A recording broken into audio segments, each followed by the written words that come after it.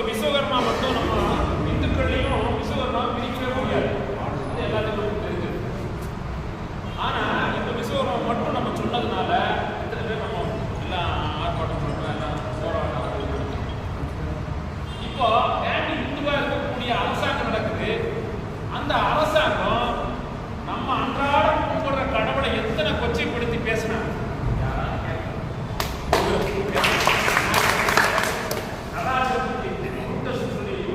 கேவலமா பேசுறாங்க, அதெல்லாம் கும்பிடுற கடவுள் இருக்குல்ல.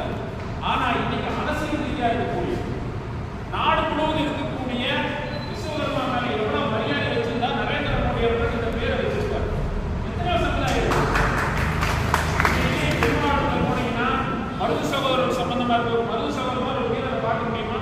6 பேர் வச்சிருக்கலாமே, எத்தனையோ பேர் வச்சிருக்கலாம். ஆனா எதற்காக வச்சாங்க அப்படின்னு சொல்லி உலகத்தை படைக்கக்கூடிய கடவுள் இருக்கா, நமக்கு அது வந்து பெருமையா இருக்குன்னு சொல்லி ஒரு நதிக்கு பேர் வச்சிருக்காரு, பேர் வச்சிருக்காரு.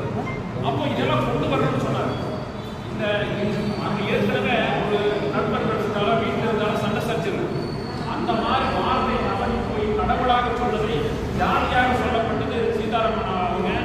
அதுதான் இங்கே பிரச்சனையாச்சு. அதற்காக நீ ஒரு வகுப்பு கடிதத்தை கண்டிப்பாக கொடுக்கணும்.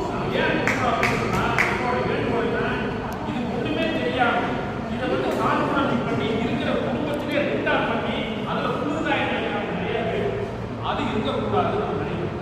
அதே போல மாறி என்கிட்ட ஒரு கேள்வி கேட்டார். இப்போ பொதுவாகவே கேட்டுக்கோ, எல்லாரும் தெரிஞ்சுக்கோ. அதான் இப்போ வந்து என்னென்னு கேட்டீங்கன்னா, எல்லா இடத்துலையும் கூட்டம் நடக்குது, இதுலேயும் தலைமை தாங்குறாங்க, அதுலேயும் தலைமை தாங்குறாங்க.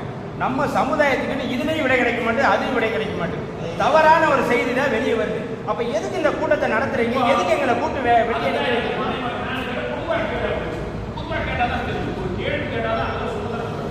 இப்போ ஒரு கூட்டம் நடந்து ஒரு பிரச்சனை நடந்துச்சுன்னா ஒரு சமுதாயத்தை 2ஆ பிரிச்சு அதில் குளிர்காய நினைக்கிற பலர்கள். ஆனால் அதுலேயும் சில பேர் என்ன சொல்றாங்கன்னா, இந்த கூட்டத்துக்கு வரல இந்த சமுதாயத்தை சேர்ந்தது இல்லைன்னு சொல்லி. அப்போ நம்ம கடவுளையில திரும்ப அந்த சமுதாயத்துக்கு மாறி இருந்தாங்கன்னு கேட்கணும்.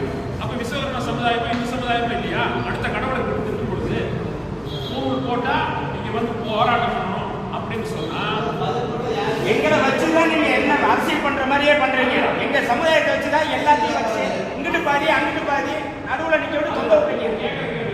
ஒரு சமுதாயத்தை வச்சு இருக்கிறதே 10 பேர் அதுல 2ஆ பிரிச்சு 4ஆ பிரிச்சு ஒன்றும் இல்லாம பண்றதுக்கு வேலை செய்யறாங்க. ஆமா, அதனால ஒரு சின்ன விஷயம் நடக்குது, அதை பூதாகாரம் பண்ணி அதுல குளிர் காஞ்சி ஒரு கூட்டம் நடக்குது.